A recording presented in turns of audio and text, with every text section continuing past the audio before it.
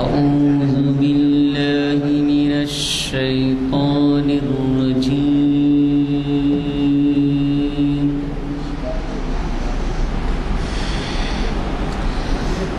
بسم الله الرحمن الرحيم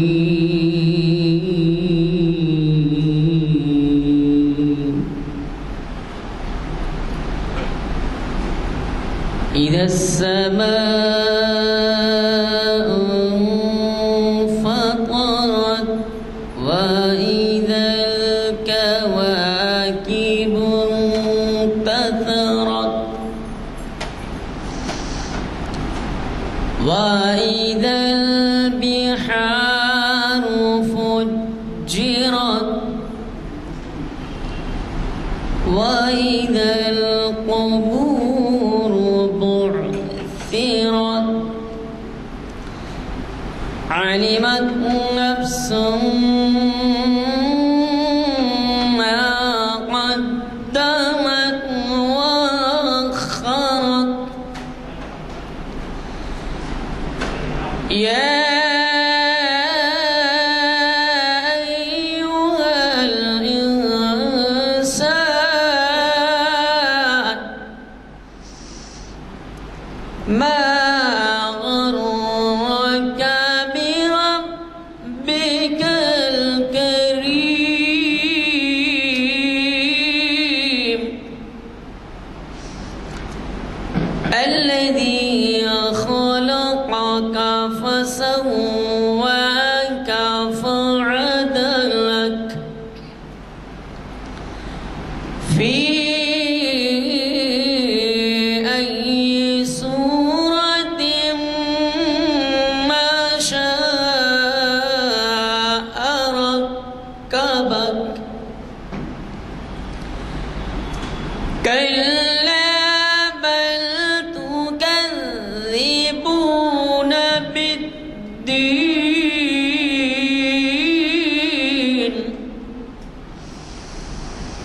وإن عليكم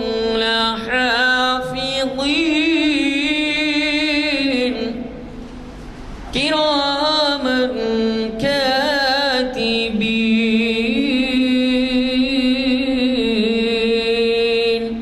صدق الله العظيم. أعوذ بالله من الشيطان الرجيم بسم الله الرحمن الرحيم واستعينوا بالصبر والصلاة إنها لكبيرة إلا على الخاشعين صدق اللہ العظیم. برادران کرام، یہ جو آیت میں نے تلاوت کی ہے یہ سورہ بقرہ کی 45ویں آیت ہے. اس کے اندر اللہ تعالیٰ مومن بندوں کے لیے دو ہتھیار مہیا کرتے ہیں جس کی مدد سے وہ اپنی زندگی کو اللہ کے احکام کے مطابق اور دنیا کی زندگی آرام و آسائش سے گزار سکتے ہیں. اور وہ جو دو ہتھیار ہیں وہ صبر اور نماز ہے. اس کے معنی ہے کہ اللہ تعالیٰ ہم کو صبر اور نماز سے مدد حاصل کرنے کے لیے کہتی ہیں. اور انہا لکبیرۃ، یہ بہت بڑی چیز ہے، الا للخاشعین، ان لوگوں کے لیے جو اللہ کا خوف اپنے دل میں رکھتے ہیں. صبر کے تعلق سے، نماز کے تعلق سے آپ لوگ الحمدللہ بخوبی واقف ہیں. تو صبر کے تعلق سے اس سے کردار میں پختگی پیدا ہوتی ہے، دین و ایمان میں استقامت پیدا ہوتی ہے.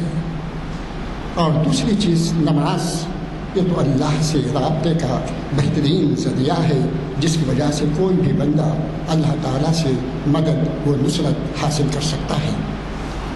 اب یہ بات رسول اللہ صلی اللہ علیہ وسلم نے بھی جب کبھی آپ کو شدید حالات کا سامنا کرنا پڑتا تو نماز ہی سے مدد حاصل کیا کرتے تھے. نماز کے بارے میں تو کچھ کہنے کی ضرورت نہیں ہے، بچپن سے ہم سنتے پڑھتے عمل کرتے آئے ہیں. لیکن اس کے ساتھ کچھ شرائط ہیں، ان کا اطلاق ضروری ہے. پہلی شرط یہ ہے کہ ایمان پختہ ہو، ایمان ہو، اس کے ساتھ اخلاص ہو، اور اس کے ساتھ شریعت محمدی کے طریقے پر اس کی ادائیگی ہو. اس کے علاوہ جسم کی پاکی، بدن کی پاکی، طہارت کا خیال ہو اور جگہ کا خیال ہو، سجدہ، رکوع، قومہ وغیرہ اطمینان اور سکون قلب کے ساتھ ہو، اور سب سے بڑی بات حلال رزق ہو، تو یقیناً اللہ تعالیٰ کے یہ ہتھیار ہمارے ہاتھوں میں بھی بڑے مؤثر ہوں گے اور ہم اس سے اپنے مقصد کو آسانی سے حاصل کر سکتے ہیں۔ آج کے عنوان سے پہلے میں ایک اور خاص پیغام آپ کو دینا چاہتا ہوں کہ ہماری قوم کے، ہماری ملت کے جو نوجوان، بوڑھے وغیرہ باہر ہیں، وظیفے پہ سبکدوش ہو چکے ہیں، اور جو لوگ باہر سے واپس آ چکے ہیں وہ اپنے ٹیلنٹس کو، اپنی صلاحیتوں کو اب ضائع کر رہے ہیں، یا بہترین اس کا مقصد حاصل نہیں ہو رہا ہے کہ وہ لوگوں کی صلاحیت ملت اور قوم کے لیے بہت کم استعمال میں ہو رہی ہے۔ اس لیے ہماری قوم کے جو ہے ہمدردان ملت فیض عام ٹرسٹ اور سیاست اخبار کے رہنما جو ہے اس بات کی جو ہے تجویز رکھی ہیں کہ وہ ایک سیمینار منعقد کریں گی۔ جو بھی لوگ باصلاحیت ہیں، جو آج کل گھروں میں اپنی صلاحیتوں کا صحیح استعمال نہیں کر پا رہے ہیں، ان کے لیے وہ ایک سیمینار ہے۔ آپ حضرات سے گزارش ہے کہ وہ تعلق پیدا کریں سیاست جگر حال میں جو ہے منتظمین سے، اور فیض عام ٹرسٹ کے جو ہے ہمارے دوست، ہمارے جو ہے محب اور جو ہے رہنما موجود ہیں یہاں، ان سے بھی آپ رہنمائی حاصل کر سکتے ہیں۔ اب آج کے پروگرام کے بارے میں الحمدللہ آج 1085ویں اقبال شناسی کی نشست منعقد ہو رہی ہے، اور یہ عالیہ مسجد، جامعہ مسجد عالیہ گنج فاؤنڈری میں بعد نماز عصر 31 اگست کو مقرر ہو رہی ہے، اور اس کو مخاطب کرنے والے ہیں ہمارے بین الاقوامی شہرت یافتہ ماہر اقبالیات پروفیسر جناب ناصر الدین، خواجہ ناصر الدین صاحب، جو ہے بی آر کے کالج اور شاہجہان میڈیکل کالج کے مشیر خاص بھی ہیں اور ڈائریکٹر بھی ہیں۔ ان کی صلاحیتیں نوجوانوں کو اور قوم کی سوئی ہوئی شخصیتوں اور ان کے جذبات کو ابھارنا ان کا مقصد ہے۔ وہ آج اسی عنوان کے تحت یہ بات کر رہے ہیں کہ نئی نسل اور نئی فکر اقبال کی اساس پر اس موضوع پہ وہ مخاطب فرمائیں گے۔ میں ہمارے بزرگ قائد کی خواہش ہے کہ جو ہے وہ 1 منٹ کے لیے کچھ کریں گے، قاضی زین العابدین صاحب، تو آپ کو جو ہے میں کہوں گا کہ جلد آپ۔ میں 1000 سال پہلے کا ایک واقعہ سناتا ہوں۔ ابو علی سینا کا دور ہے، اور وہ البیرونی کے مکتب میں جاتے ہیں۔ وہ پوچھتے ہیں کہ البیرونی کدھر ہے، ان کا مکتب کدھر ہے، تو بتایا جاتا ہے۔ جب بتایا جانے کے بعد یہ زمانہ طاعون کا ہے، جانے کے بعد ابو علی سینا کہتے ہیں ٹھیک ہے، سرکے سے ہم ہاتھ دھو لیں، سرکے سے ہم ہاتھ دھو لیں اور کپڑے اتار لیں۔ تو وہ پوچھتے ہیں کیا یہ نیا طریقہ ہے؟ تو اس وقت وہ کہتے ہیں یہ طاعون کا زمانہ ہے، اس لیے لوگ دور رہیں پلیز۔ اور وہ بتاتے ہیں، انہوں نے 4 چیزیں بتائی۔ انہوں نے کہا کہ میں لوگوں سے یہ کہتا ہوں کہ وہ مسجدوں میں بھی جمع نہ ہوں، اور وہ اپنے بات چیت جو ہے گھر سے کریں، سامان بھی گھر پہ منگائیں، اور چونکہ یہ دور طاعون کا ہے لہٰذا اپنے آپ کو بچائے رکھیں۔ اس وقت ابو علی سینا نے یہ ہاتھ دھونے اور سرکہ لگانے کے لیے جو لفظ استعمال کیا وہ کورنٹو ہے۔ کورنٹو جو آج کورنٹین کہلاتا ہے، یہی میں آپ سے کہنا چاہ رہا تھا۔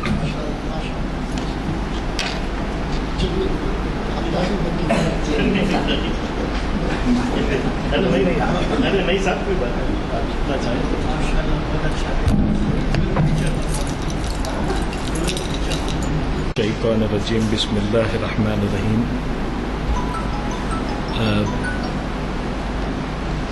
آج جس موضوع پہ معززین کے سامنے گفتگو کر رہا ہوں اس کے دو وجوہات ہیں. ایک تو یہ کہ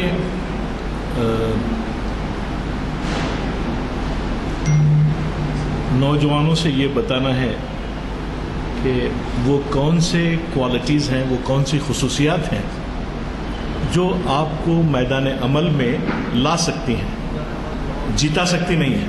وہ جتانے کا کام تو فیض ہم ٹرسٹ کر رہا ہے. تو یہاں اس بات کی بڑی اہمیت ہے کہ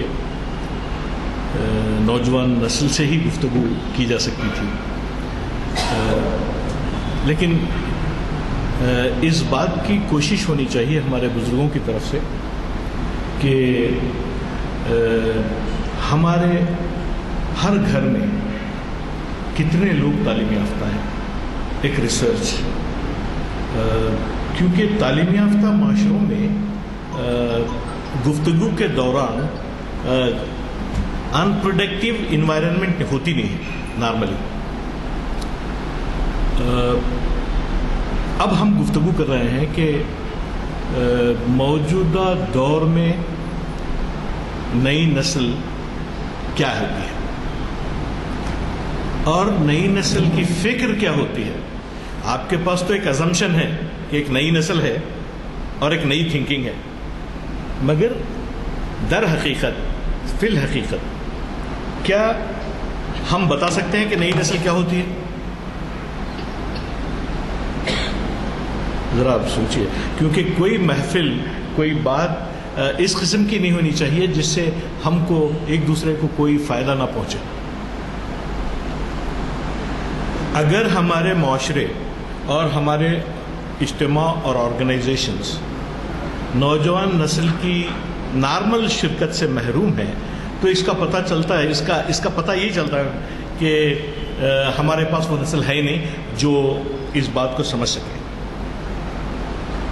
کیونکہ ہم نے جن کالجز اور یونیورسٹیز میں تعلیم حاصل کی ہے وہاں کے اساتذہ اتنے جاندار تھے. آپ پوچھیے یزدانی صاحب سے کہ وہ تو اصل اساتذہ کے شاگرد ہیں. ہم تو جو نقلی اساتذہ تھے، یعنی آخری جو گرتی ہوئی اینٹوں سے جو ہم نے سیکھا ہے وہ بھی ہم کو ایک مقام پہ لے آ کے کھڑا کر دیا. تو پھر ہماری نسل کہاں ہے؟ ایک کوشچن ہے. اگر حیدرآباد کے 1000 گھرانوں کا سروے کیا جائے اور ہر گھر سے صرف 3 سوال کیے جائیں کہ کتنے افراد آپ کے ہاں ہیں، کتنے گریجویٹ ہیں، کتنے انٹرمیڈیٹ ہیں اور کتنے میٹرکولیٹ ہیں، آپ کو اپنی توانائی کا اندازہ ہو جائے گا کہ آپ کے پاس کیا توانائی ہے. کیونکہ آج کی جو گفتگو ہے وہ اس ضمن میں مجھے یہ کہنا ہے کہ آر وی آنیسٹ؟ کیا ہم لوگ سچ بولتے ہیں؟ کیا ہم لوگ بہت سچے ہیں؟ آپ اگر واقعتاً انٹرویو ہو اور آپ سے یہ پوچھا جائے کہ صاحب آپ واقعتاً سچے ہیں تو آپ غصے میں آ جائیں گے، یا تو یہ بولیں گے کہ جی میں سچا ہوں، کوئی بات جھوٹ نہیں بولوں.